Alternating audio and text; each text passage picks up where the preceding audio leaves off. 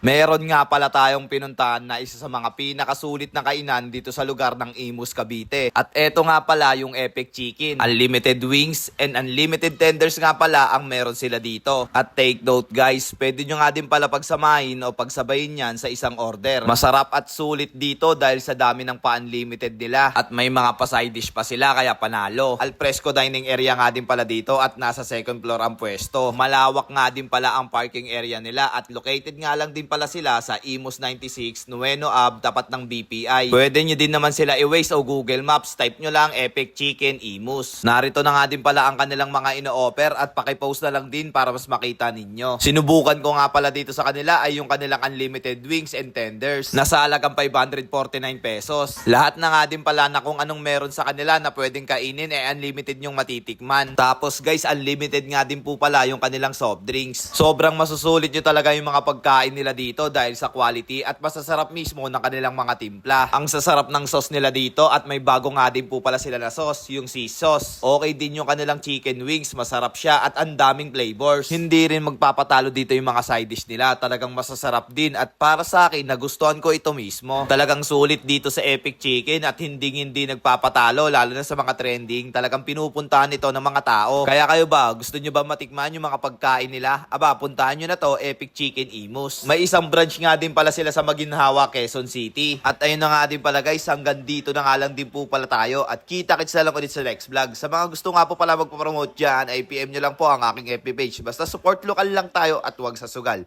So yun lang. So again, this is Ajak TV. Thank you for sunshine, thank you for rain, thank you for joy.